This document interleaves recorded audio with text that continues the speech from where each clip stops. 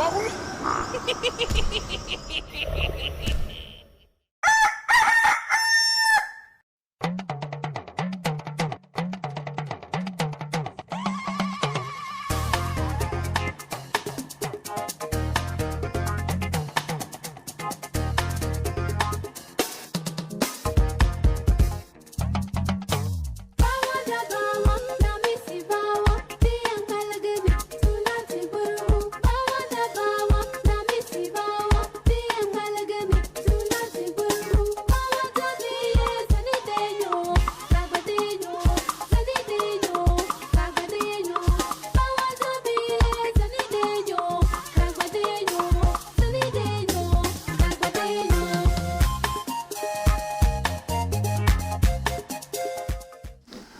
The Lord is our shepherd, I shall not want. He maketh I lie down in a green pastures. Him leadeth I beside still water them. Him restoreth I soul. Him leadeth I in the path of righteousness for him name's sake. Yea! Though I Rasta, I go walk through the valley of the shadow of death. I can't fear no evil, for thy rod and thy staff them comforted I and I. Who prepare the table before I in the presence of our enemy them. Who anointed I head with no oil, me cup runneth over. Surely goodness and mercy, I go follow I all the days of I Ivan. Me I go dwell in the house of the Lord God Jah. We grumabe atela higzag beer tanaistalina bashante shante. He that dwelleth in the secret place of the Most High Jah shall therein abide under the shadow of the Almighty. Where two and three meet in the name of the Most High Jah. And that's so Jaja there. If Jaja never build up your house, the builder I go build it in vain same way. If Jaja never watch upon your house, the watchman I go watch it in vain. The name of the Lord is a strong tower, and the righteous run into it and them is saved. Many are the afflictions of the righteous, but Jah shall deliver him from all of them. And I give thanks and I say unto your name, King of Kings and Lord of Lords. This is the Black Pot, aka Kukushonomo, where we speak truth to power. And my name, Blakk Rasta. Now in every traditional African home there is a black pot, and each time this black pot sits on the fire, ingredients of so many different shapes, sizes and colors, aromas and smells find themselves in this black pot. They put aside all differences and be subjected to some amount of heating to produce what is known as food.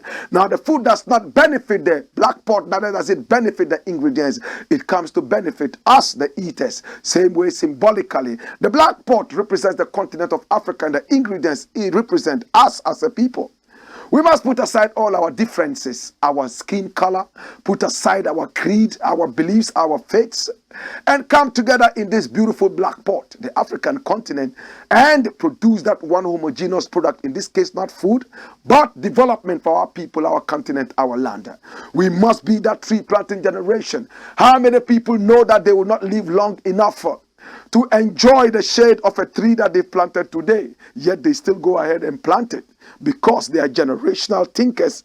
If they do not live long enough to benefit from these tree shades, people coming after them, the next generation will benefit from that. After all, anytime you sit under one such tree shade, you must remember that some other people planted these trees, knowing very well they will not live long enough to benefit from these trees, but you will be coming.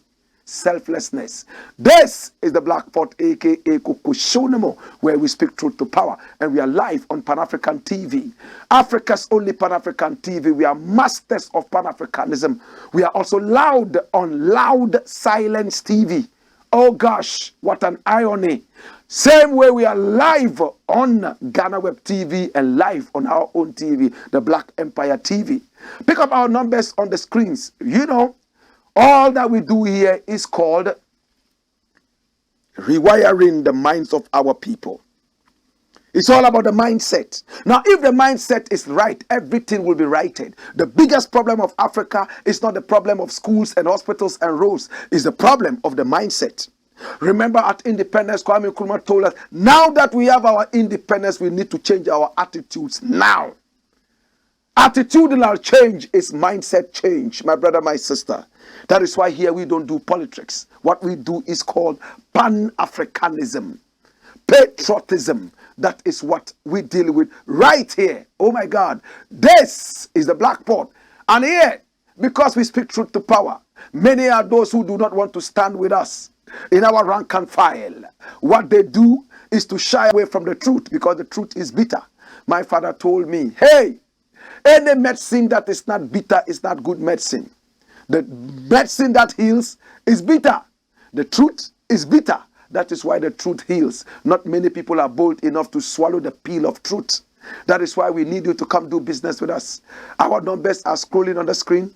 Do business with us. What product are you ready to advertise? Hey, via the power of satellite, we are seen all over the continent of Africa and beyond. This is the Blakk Pot, aka Kokushonomo, where we speak truth to power. And here we don't criticize. If we must criticize, we will just criticize to build and not to destroy. That is why we say we are in the service of God and country.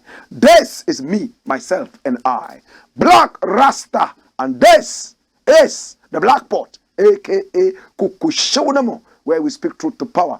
And if you check it out, we are on social media. We are on Instagram, we are on YouTube, we are on Facebook, and we are also on Twitter. Some people say Twitter. The British people say Twitter. And the Americans say Twitter. We say Twitter. Lord God have mercy. Follow us. We are called Black Empire Media, so you will not miss any of our editions. Listen, now the very first thing to look at today is on a religious note. Hallelujah. Jesus have mercy. Hey! Now in Ghana, when you hear about homosexuality, gayism, it looks like it's even worse than homosexuality. There are many people who will prefer to be called armed robbers to being called gays in Ghana. Ghanaians have no respect for gays. In some African countries, gays are even hanged. In some African countries, gays are summarily executed. In fact, in the days of Yahya Jammeh, he threatened that any gay who would find himself into his country, the Gambia, will be roasted over a slowly burning fire like chichinga until he was well roasted, and then they will carry his corpse back. My brother, my sister, in other countries like Somalia, being gay is almost like being a terrorist. My brother, my sister, in many African countries, except probably South Africa, homosexuality is not tolerated. But look at our headline. It says what? AKUFO-ADDO in gay cash agreement. This is Nana AKUFO-ADDO. He's the most terrible president this country has ever had. So shameless, so much lying, and he doesn't seem to be ashamed of the lies he tells the people of Ghana. We've all lost respect for him. In fact, hear me now, he can sit in the presidential office and an American rapper can come and film a whole music video without him knowing. Yet he invited him to come and have coffee with him. That is how demented this man is. Listen, man. We are hearing that he has gone to take some money. Is it true? Did he take money? Or is some money coming to him? Let's get the details. Listen, and this is from Ghana News. It says, Ghana goes gay. In my days, if you said gay, it meant happy. But now, no. Ghana goes gay means Ghana goes homosexual. Hey, AKUFO-ADDO accept homosexuality in exchange for debt cancellation. AKUFO-ADDO accepts homosexuality in exchange for debt cancellation. And we read, come here. Watch it. It says what? AKUFO-ADDO, yes, President AKUFO-ADDO, Bawumia and the Cathedral Board of Trustees are silent on the big bad news of accepting LGBTQI. The Attorney General Godfred Yabu-Adame has, on behalf of the AKUFO-ADDO Bawumia government, announced that Ghana will protect homosexuality. Accept LGBTI. I'm sure you want to hear it again. The Attorney General Godfred Yabu-Adame has, on behalf of the AKUFO-ADDO Bawumia government, announced that Ghana will protect homosexuality. Accept, not accept, that means accept LGBTQI, as the media diverts attention from the scandals in the Auditor-General's report, the COVID-19 chop-chop, the cathedral scandal and suffering of Ghanaians amidst the debt exchange program. Ghana hopes to have its debt forgiven, that's cancelled, by accepting homosexuality. While the media focuses on the NDC reshuffles in Parliament, President AKUFO-ADDO, Bawumia, and the Cathedral Board of Trustees are silent on the big bad news of Ghana accepting LGBTQI. After the sole sourcing of the Cathedral project architecture to the LGBTQI advocate David Ajay, who was illegally paid 113 million Ghana cedis upfront by AKUFO-ADDO and Bawumia from the Jubilee House on the backside of Parliament. Parliament stopped the 80 million budgeted for the Cathedral project in the 2023 budget. Parliament is set to debate the LGBTQI bill, but before that debate, President AKUFO-ADDO has accepted LGBTQI and announced it to the world, so his government's debt will be cancelled. Dash it away. That's where I wanted to get to. So according to Ghana News, Nana AKUFO-ADDO has decided to accept homosexuality, not because he loves homosexuality, not because he's gay himself, not because he believes in the principle, but because he wants his debt forgiven. This is slavery. This is slavery. Listen, man. I do not like it when people come to you with a certain condition. Oh, we will help you, but we would only help you if you do A, B, C, D for us. Remember when John Evans Atta Mills said it categorically that never under his watch as president would homosexuality be legalized in this country called Ghana. We all remember that, right? And he went ahead to say that, hey, Cameron of the UK, you have lost in your country. You are a sovereign country. You have your culture. We also have our culture. Much as we don't come onto you to force you to accept our culture, you don't have the right to also try to force us to accept your culture of homosexuality. Well, the president died after a couple of months or even more. A new president came. People forced him and pushed him to say whether he accepted homosexuality or not. But he kept dilly-dallying with the people until finally he said, oh, I don't think my country is ready for homosexuality now. But with time, we might reach there when the people are ready. That was a smart answer, right? But my brother, my sister, listen, I've traveled around the world. I've met a lot of gays in so many different countries. Listen, man. Hey, we have people who are better than gays, who are better than some pastors in Ghana. We have gays who are better than some malams in Ghana. There are some gays that I will hug forever and will never move anywhere, even if a malam or a pastor are standing there. I trust some of the gays more than some of these dirty pastors and dirty malams. You go to church, you are a church elder, you come home and you are sleeping with somebody's wife and stealing from your office government's money. We live in a country where people believe that stealing from the government is bonus. Nobody's hurt. It's the government's money. The government is a ghost, so we can steal from the government and we are okay. Gays don't think like that. They are better than you who think like that. We live in a country that is so unusually religious, yet never spiritual. The only people I see in this country who are heading towards what I call spirituality and the basics of spirituality are the Jehovah's Witnesses. They are those who would move from house to house evangelizing, teaching you using the Bible how to exercise and keep yourself healthy, how to speak the truth, how to be loyal. The rest of us are preaching about how to be what? Prosperous by sleeping 24 hours a day, and some money will fall from the heavens because somebody poured some dirty oil on you so you will make money. The Jehovah's Witnesses move and preach humanity. I do not accept everything that the Jehovah's Witness people preach, but I am moved by the way they do their things, and I think that this is how you can get closer to God personally. If Christianity is a personal walk with God, then I prefer to go the Jehovah's Witness way. Moving from place to place, evangelizing like Jesus Christ did. Speaking the truth, sharing their food. My brother, my sister, and holding on to the very basic tenets of their faith. Yet, the Bible says, don't do this. This is exactly what we do. We flout all the rules and we run onto some mountain or hill and start blowing tongues that, yes, once we are blowing tongues, the Pentecostal Holy Spirit is on us. My brother, my sister, how did I get into all this? But listen, it says, AKUFO-ADDO in gay cash agreement.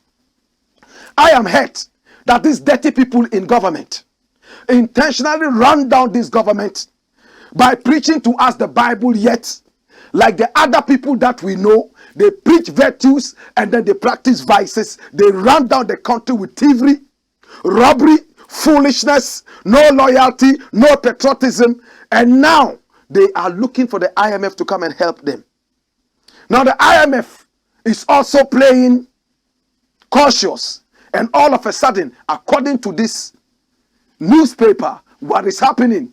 We are running to the gays because the gays have told us that, well, we can help you and we'll help you only if you accept us in your countries. Allow man to sleep with man. Allow man to kiss another man at the bus stop. Allow man to hug and feel and kiss another man in public. Allow man and man to get married. Allow woman and woman to kiss and show love. Love in quotes. My brother, my sister, how true is this? Nana Akufo-ADDO is so desperate that even if the devil promises him death relief, he will go and take it. Because he's a man who doesn't have any ideas anymore. He's too old and he's suffering from old age dementia. In fact, he's suffering from dyslexia. In fact, this is a man who should not be president of this country at this material time. This is what he's doing. I do not like it. As I said, I've gone to countries where I've met gays with more common sense. So lovely, more loving than the people who claim they are closer to God in my country. They show love to their country more than the so-called politicians who are in power. For me, I will go for the gays and sacrifice Nana Akufo-ADDO and the rest of them. If you put 10 gays here, I will sacrifice the whole of the Ghanaian, how's it called, party in power, sacrifice all of them and go for the gays. Because they are wiser and more loyal than these people in power. Should I go deeper? Hear me now. If Nana Akufo-ADDO is going for this money, then soon some things are going to be happening. But is it true? It looks like the Pope has also said something about this same homosexuality thing. Is it to support Nana Akufo-ADDO? Or is it coincidence? Watch it. What does it say? Being homosexual isn't a crime. It's only a sin. Pope Francis declares. Let's read. Leader of the global Roman Catholic faithful, Pope Francis has declared as unjust laws that criminalize same-sex relationships. He admonished Catholic bishops who support laws against lesbians, gays, bisexual, transgender, queer, to welcome such people to the church because they were all God's children and God loves all his children. Being homosexual isn't a crime. The Pope said during an interview on January 24 with the Associated Press, dash it out. Dash it away. That's what the Pope is saying. If you look at it, it might sound nauseous, but what the Pope is saying makes sense. You know how it makes sense? Listen to me. When Jesus Christ came, what did he tell you? In the Bible, he said he came for the sick. He said he was a doctor. And when the doctor comes, he doesn't come for the healthy. He comes for the sick. So those people that you think are sick, those people that you think are sick, like the thieves, the robbers, and so on and so forth, the criminals in power who are not loyal to the nation, they are not patriotic, all of them are sick. They need Jesus. They need a doctor. You understand? If you start sending them away, where are you sending them to? All that the Pope is saying is that it's a sin. A sin is different from a criminal offense. A criminal offense is mondial. A sin is divine. Hallelujah. Come here. I said that a criminal offense is mondial, but a sin is divine. One is with the earth and the other one is with the hereafter. My brother, my sister, nobody would ever take you to court and say you committed a sin. No, sir. That's how it works.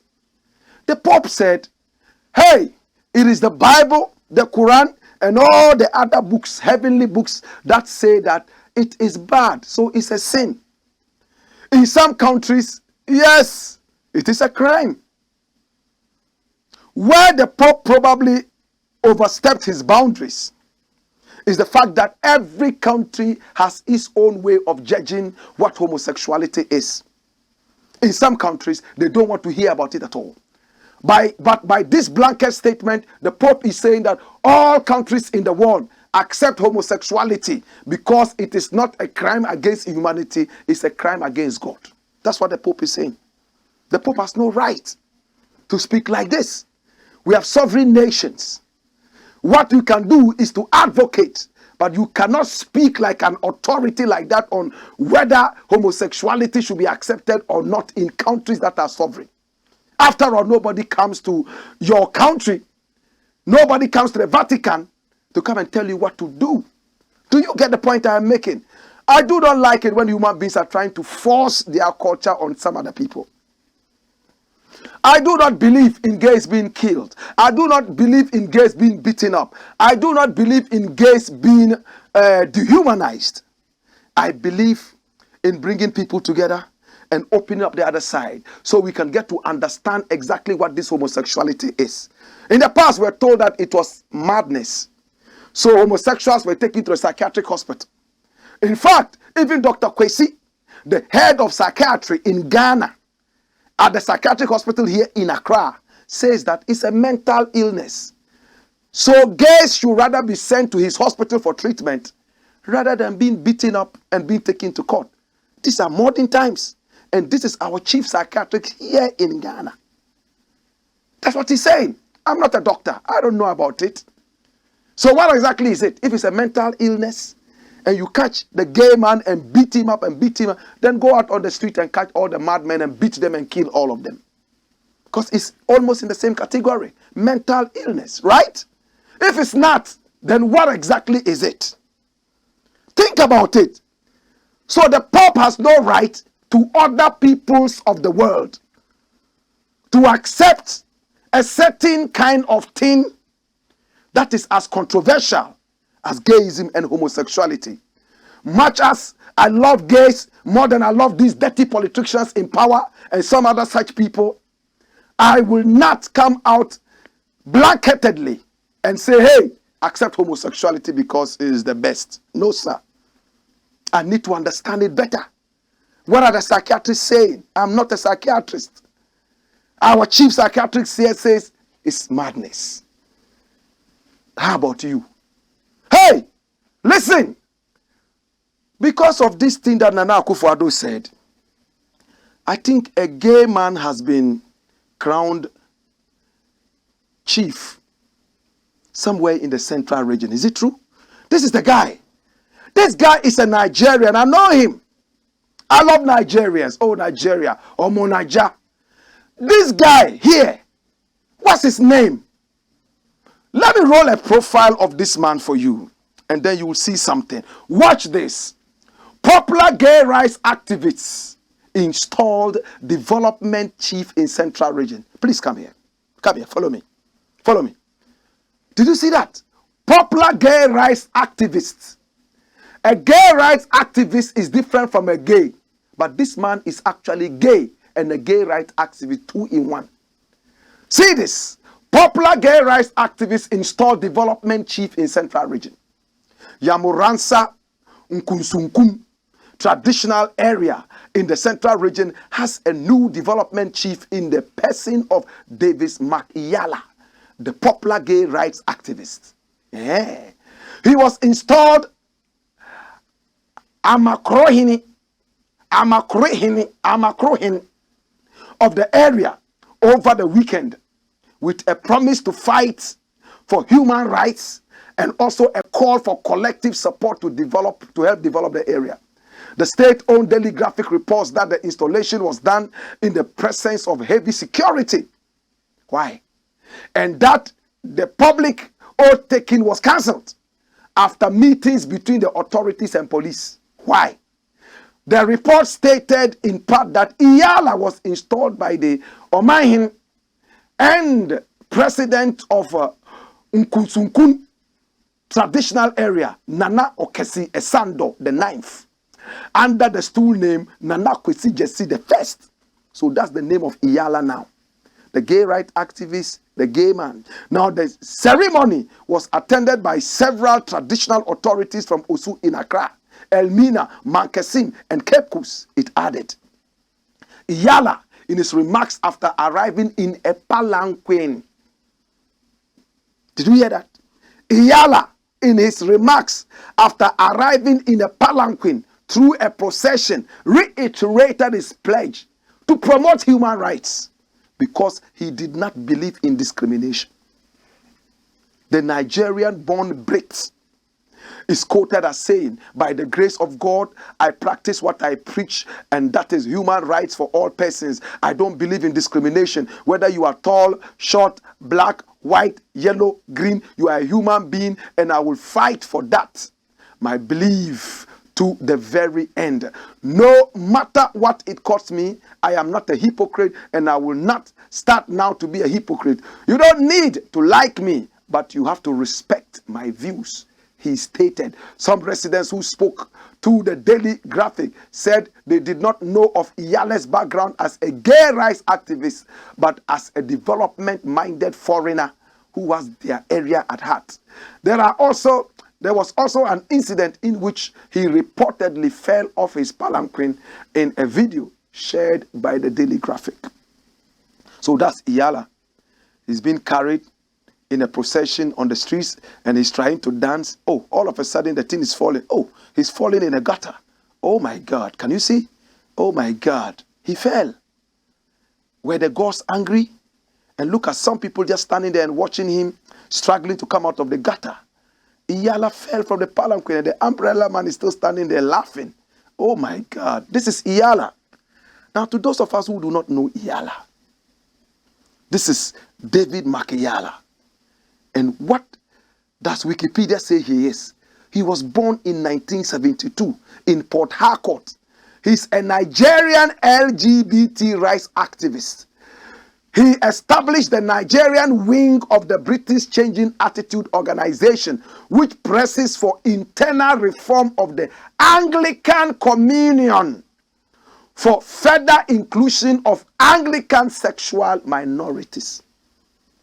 Do you get that? The Anglican Church accepts homosexuals and all that, just like the Pope is saying right now. So you see the link. The son of a wealthy Nigerian army colonel, he came out to himself at the age of 40. You know what it means to say he came out? That means he accepted that he was gay and told everybody that me, I'm homosexual at the age of 14. So it's not only a gay rights activist, he's gay from the age of 14. But his disinterest in dating females was not made apparent to others around him until two events.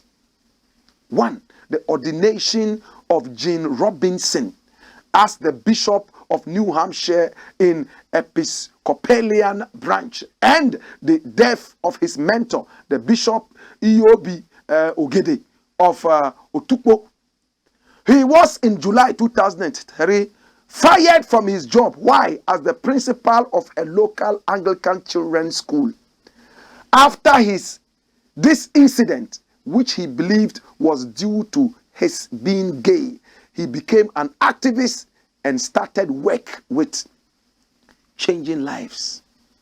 He faced stiff opposition, both from the religious elite and their lay constituents in Nigeria, which is a heavily conservative nation in terms of politics. Now, the Church of Nigeria has issued a disclaimer against Iyala on their website. However, Iyala has met with the primate of the Nigerian Church, Peter Akinola, who is most well known for leading an internal faction of the worldwide communion against welcoming actions towards LGBT Anglicans by the British Anglican and the U.S. Episcopal churches. Makiala has ventured to other countries with Anglican communities on speaking tours. Dash it away. So this is who we are dealing with. He came out and said he was gay at the age of 14.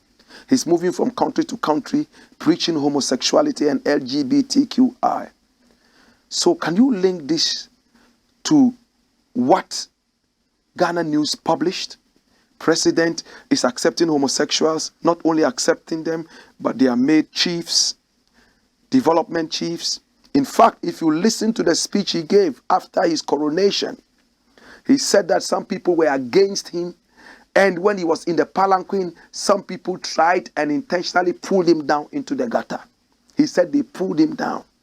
Number two, people were not happy that a foreigner, has been installed chief. I don't believe any African is a foreigner anywhere in Africa. My brother, my sister, he's an open gay, and wherever he goes, he wants to preach homosexuality. Has the president really decided to go for cash so that homosexuality will have a field day in Ghana? Your guess is as good as mine. Dash it away and come here. Next story. Auditor General's office powerless. Is it true? Did I say that? Who said that? Gamro. Okay. There's a man there. Abraham. We all call him Abraham. I'm a member of Gamro. This is Abraham. Yes, he's one of the officers there at Gamro. In fact, they pulled him in to come and work for Gamro. I know this man. I worked with him at Multimedia. And then, yes. What is he saying? Published by My Joy Online. Closed down office of the Auditor General. Gamro CEO fumes. What does he say? The Chief Executive Officer of the Ghana Music Rights Organization, Gamro, Abraham Ajete, has called for the closure of the office of the Auditor General. Now, the Auditor General of Ghana, who is the head of the Ghana Audit Service, undertakes audits of the public accounts of Ghana and all public offices as mandated by Article 187 of the 1992 Constitution of Ghana. Mr. Ajete told hosts of Joy FM Showbiz A to Z, George Quay, on Saturday, January 28, that lack of power on the part of the Auditor General to directly prosecute people who have misapplied or misused state funds has rendered the institution useless. He therefore called for the office to be closed down. They should close the Auditor General's office and send the Auditor General and all his workers home, because they are of no use to this country. Because if the use is that you will tell us who chopped our money, and every year you will do that exercise, we don't need such people. We need people who can do that investigation, tell us, and have the power to prosecute. Dash it away. Abraham, with all respect, there's something we call division of labor and specialization. We all cannot be drivers and at the same time be drivers' mates properly. We all cannot be doctors and at the same time be nurses. We all cannot be everything. Some would have to do some, and others would have to do others. The Auditor General's office, basically, is to go into the books and bring out to the fore some discrepancies. This amount of money was given to this institution to do ABCD. That institution has not been able to account properly for all the things that they said they were going to do with the money. That's the work of the Attorney General. The Attorney General is not a prosecutor. The Attorney General is not a man who is supposed to be carrying people and sending them to the court. Why do we have the special prosecutor? If it hinges on criminality, it could go there. Why do we also have the National Chief Prosecutor, Attorney General? The Attorney General is there. So once these offices are there, they are supposed to liaise. You understand? I go and find out that just like the job of Anas. Anas Admiral Anas goes underground. He's able to pull out some rods. He cannot take the people to court. He doesn't have the power. That's not his mandate. He would hand over his findings to who? The police. The right institution that can prosecute. So you cannot go out and close down an institution whose duties you don't really understand. No, we don't do that. I understand where Abraham is coming from, but Abraham, it is not the duty of the Auditor General. He's not the Attorney General. Neither is he the Special Prosecutor. His office is to audit,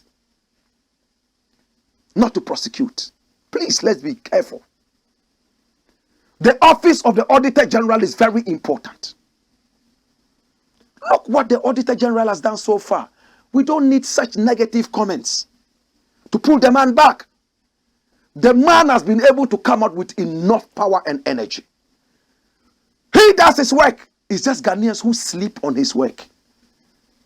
We should be speaking directly into the face of the Special Prosecutor and the Attorney General. But this is what the man has unraveled. What are you doing about that? Please, let's understand what it is, or else we will make fun of ourselves. We'll make a mockery of ourselves. Kudos to the Attorney General. I push you on and I say keep the fire blazing and make sure that the country gets better by the work that you do. This is the Blackboard. When we return, hey, wayo!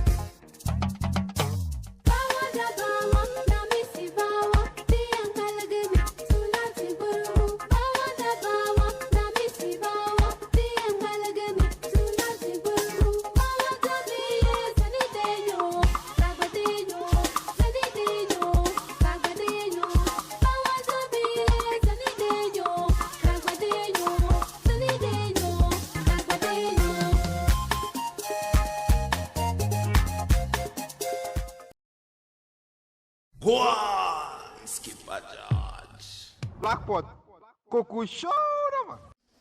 Whoa!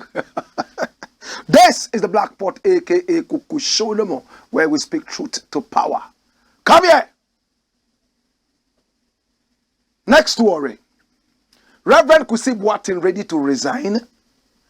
Why would anybody want Reverend Kusi Boateng to resign? Who is Reverend Kusi Boateng at all? Who is he? Oh, that's him. Oh, yes, that's him. I was in Zimbabwe and so many people loved him. I would always say this. Hey, all the big prophets, all the big churches were talking about him. When this man enters Zimbabwe, he's bigger than the president. People love him. As to how he was able to do that, I wouldn't be able to tell you. But he has nurtured and raised a lot of men of God, including Makandiwa, Hubert Angel, and the rest of them. They call him Father. When I was in Zimbabwe at the invitation of Robert Mugabe for his 96th birthday celebration, many people were asking me about Reverend Kusi Boateng. They eulogized him. They idolized him. I didn't know him then. I had to call Ghana and find out who is this man that everybody's asking me about. They said, oh, he's a big prophet in Kumasi. I said, oh, okay. This is Reverend Kusi Boateng. So much respect we had for him, but he's fast losing it because of arrogance and ill counsel. This is a man who can prophesy. He hears the voice of God. I'm surprised God is not telling him to resign. Or maybe he has refused to hear the voice of God telling him to resign. Why would he resign at all? What is the problem? Let's look at what another man of God is telling him.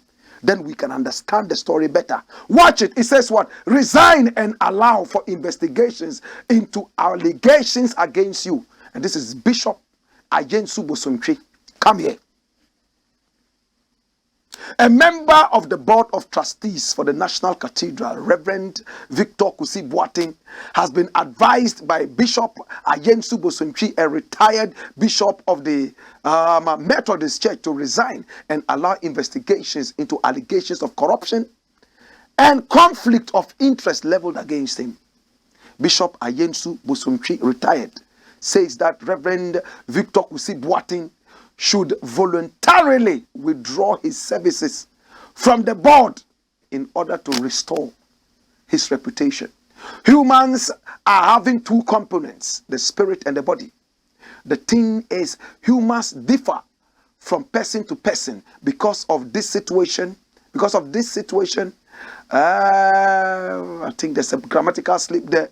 Maybe the person might have resigned. I'm sure he's trying to say if it was another person, this person would have resigned by now. But for him, he won't. It's not about a single individual who can develop the country.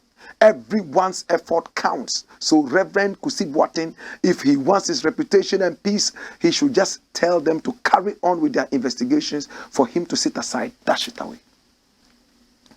But the arrogant man of God will not resign.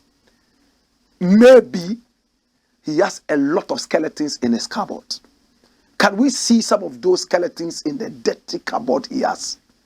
Blakk is also talking. And Blakk has been on his heels for some time now. This is the man. He's an MP for North Tongue constituency. Oh yes. He served as a deputy minister of information and also of education in the erstwhile Mahama Atamil's regime. Watch this. Will you resign or be hit with more exposés next week? Blakk asks Kusi Boateng. Member of Parliament for North Tongue Samuel Okudzeto Blakk has reacted to a call on the secretary to the Board of Trustees of the National Cathedral to resign. The call was made late last week by Bishop Ayensu Bosontwi, a retired bishop of the Methodist Church, who held that stepping aside would allow investigations into allegations of corruption and conflict of interest leveled against him dash it away. The pressure is piling. Archbishop Duncan Williams moved aside and said the project, I'm talking about a demonic project of building a national cathedral, should halt. His own son, Eastwood Anaba, also joined him. And also, oh my God, from the Kodesh, they all decided to come together and say, hey, stop this project. Wait until Ghana is economically at least sound, and you can continue with this project. Then delve into allegations of corruption. All these men of God stepped aside, and now the cathedral has become limbless. The cathedral's wings have been clipped. But this arrogant man of God is still sitting there. He doesn't want to leave. Reverend Victor Kusi Boateng, such arrogance. And his church people are not telling him, hey, man of God, please, for the sake of the church, step aside. They are all scared of him because he's God before them. He hears the voice of God, so he's God. These are the people who, if they ever choose to tell their churches, all of you come and sleep in fire, they will all come like sheep and sleep in the fire, because they believe in the man of God and see him as God more than God himself. We all remember some of these instances. But watch it.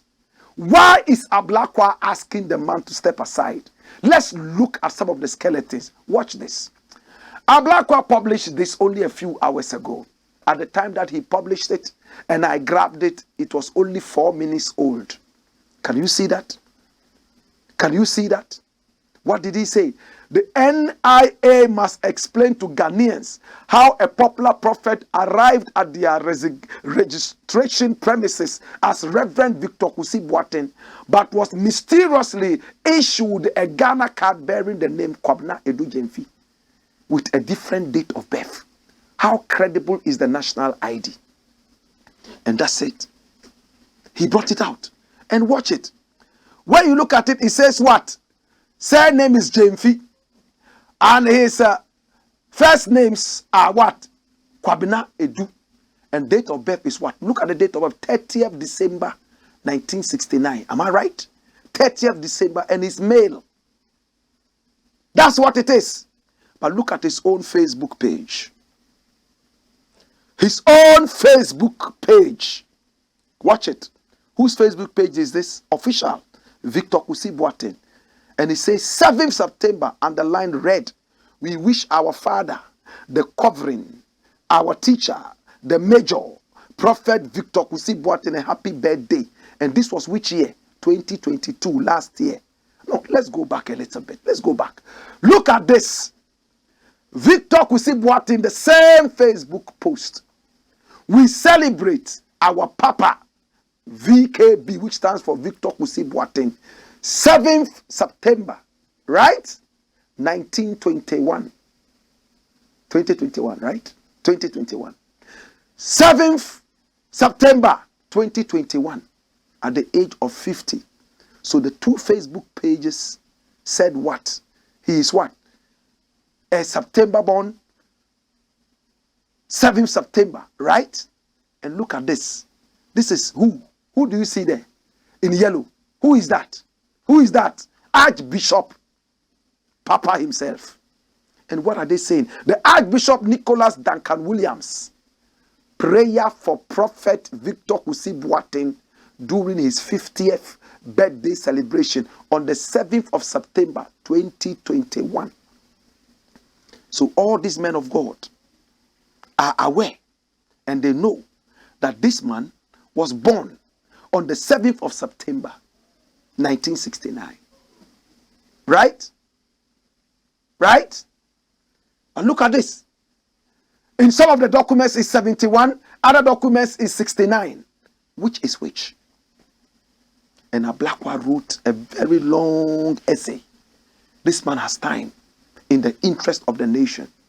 The National Identification Authority, NIA, must explain to Ghanaians how a popular prophet arrived at their registration premises as Reverend Kusi Boateng, but was mysteriously issued a Ghana card bearing the name AKUFO-ADDO, having concluded a rare and comprehensive analysis of the NIA database.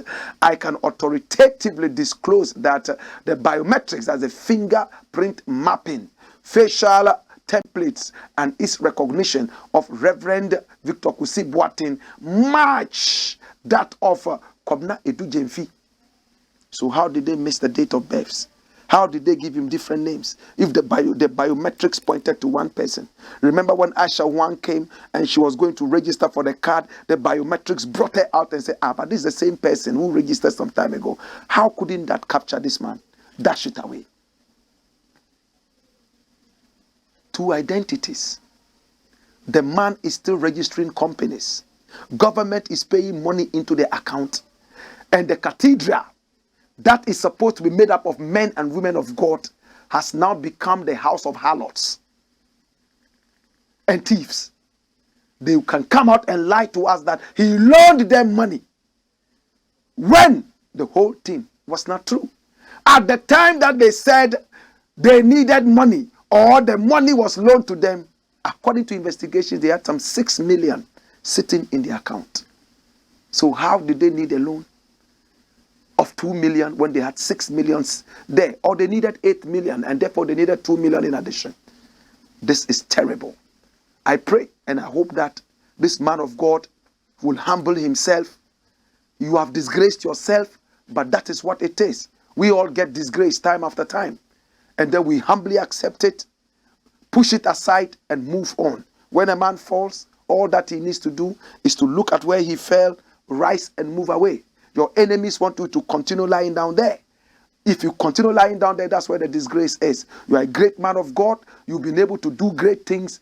This is probably one of your low points. Rise from there. Apologize. Move on and do things. If there's supposed to be a penalty, pay. If it's going to jail, go to jail. After all, you are not better than the other people who are in jail. It's the nation. We have to uphold the integrity of this wonderful nation. When we return, we have more. Hey! Wayo!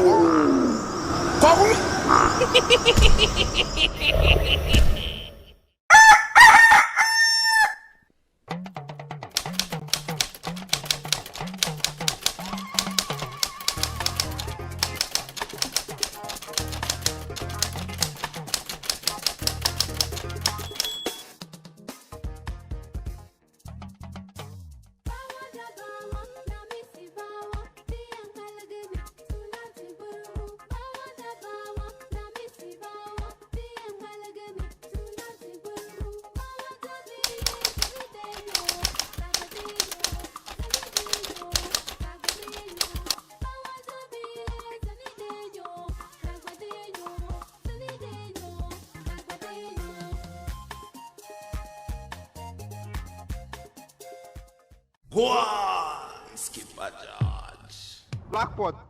Kokusho, man.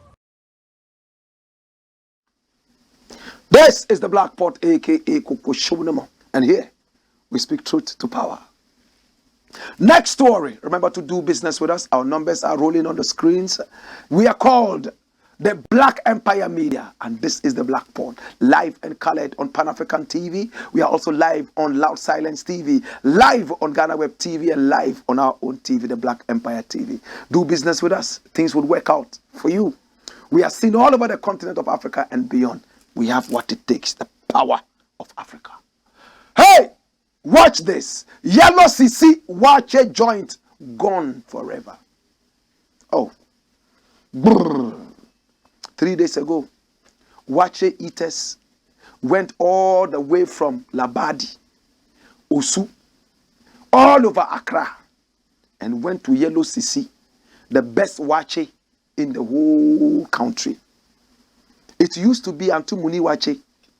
Auntie Muni WAAKYE was hit with the same thing. As to what happened, people went to eat WAAKYE and they were poisoned, including the former Vice President of the Republic of Ghana, Aliu Mahama. That day, he had also gone to eat that WAAKYE. But his drivers were those who were affected and were rushed to the hospital. His bodyguards, but he himself, he had a stomach that had the walls of a crocodile skin. He was okay. May he rest in peace. That was my uncle. A few years down the line, Yellow SISI, the best WAAKYE joints in town. People trekking from wherever to go and eat it. Over the weekend, people ate WAAKYE from there. And it was reported that 5 people died. But the Food and Drugs Authority said only 1 man died. And 50 other people affected. So the number of affected people increased to 50 from 40. And the number of dead people reduced from 5 to 1. We're going to look at the details. It's a sad story. Watch this. It will be difficult to bounce back. Husband of Oyibi, WAAKYE seller laments. Husband of a food vendor at Oyibi, Yellow SISI, special WAAKYE, has lamented the impact a recent food poisoning incident would have on the operations of his wife's business. The unnamed man, speaking on condition of anonymity with Accra-based City News, and the incident said the incident has left his wife traumatized and that he is unsure that the business will bounce back again, despite being a major source of livelihood for his family. His wife, he said, harbored no ill intentions and would never have deliberately put people in harm's way. My wife can't do anything bad to a family nor her customers because we eat the same food anytime it's prepared. My wife, one of her sales ladies, and my daughter also reported to the hospital for treatment after eating the food. There is no way she would do anything to harm her customers, he stated. The Food and Drugs Authority, FDA, confirmed in a statement that only one person died from the incident, contrary to the early report that 5 people had died. They added that about 53 persons were hospitalized as a result. According to City News, the deceased man was the landlord of the parcel of land where the WAAKYE joint is located at the place called Bush Canteen. The landlord. Why did the landlord die? Lenche himself is dead. Why? Come here. The wife of the deceased told City FM, my husband ate the food on Friday, January 20, 2023, and was subsequently rushed to the hospital a day after, when he was pronounced dead after a short while. Did you hear that? Did you hear that? The wife of the landlord who gave the parcel of land to Yellow SISI Special WAAKYE said the man fell ill after he ate the food, was taken to the hospital, and he died. But what are they saying? The husband of the WAAKYE seller said, no, it's not true. He also revealed that he had tried to get the landlord to seek medical attention to no avail. All attempts by my wife to convince the landlord to seek medical attention immediately after his situation happened, were not heeded. It is very sad that the landlord passed. My wife did all she could to convince him to visit the hospital, but he declined. His death has left my wife and I disturbed, but all we can say is sorry. He added. My brother, the landlord died. And when the landlord died, it was sad. 50 others suffered the same thing. They begged the landlord to go to the hospital. He refused. According to one side of the story. But the wife of the dead one landlord said, immediately the thing happened, they sent him to the hospital and he died. So which of the stories is the right one? You see why it will be difficult for Yellow SISI to return? But Yellow SISI, some of these things happen. We are waiting for the Food and Drugs Authority and other investigative bodies to come out and tell us exactly what happened. If it's your fault, we'll close down the place forever.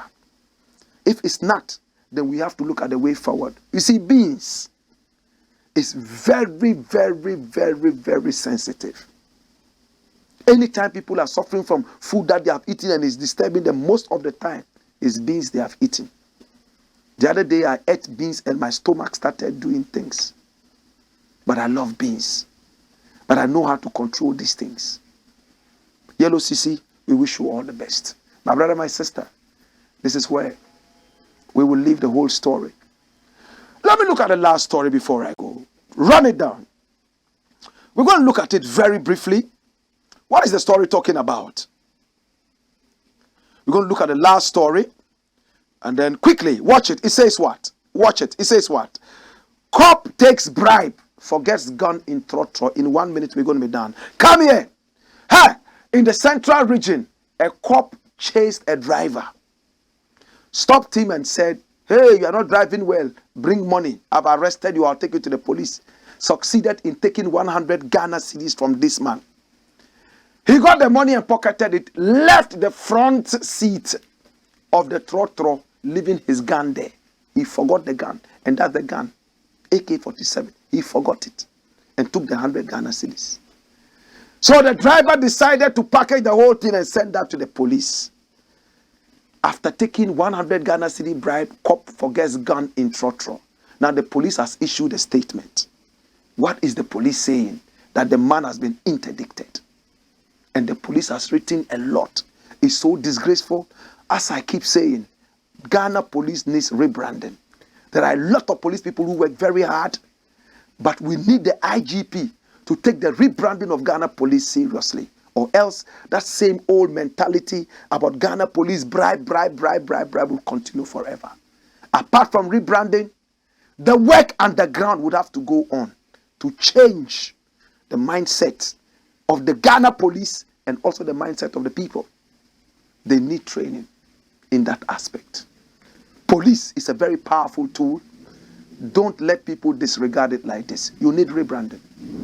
We'll look into this deeper when we return again. Hey!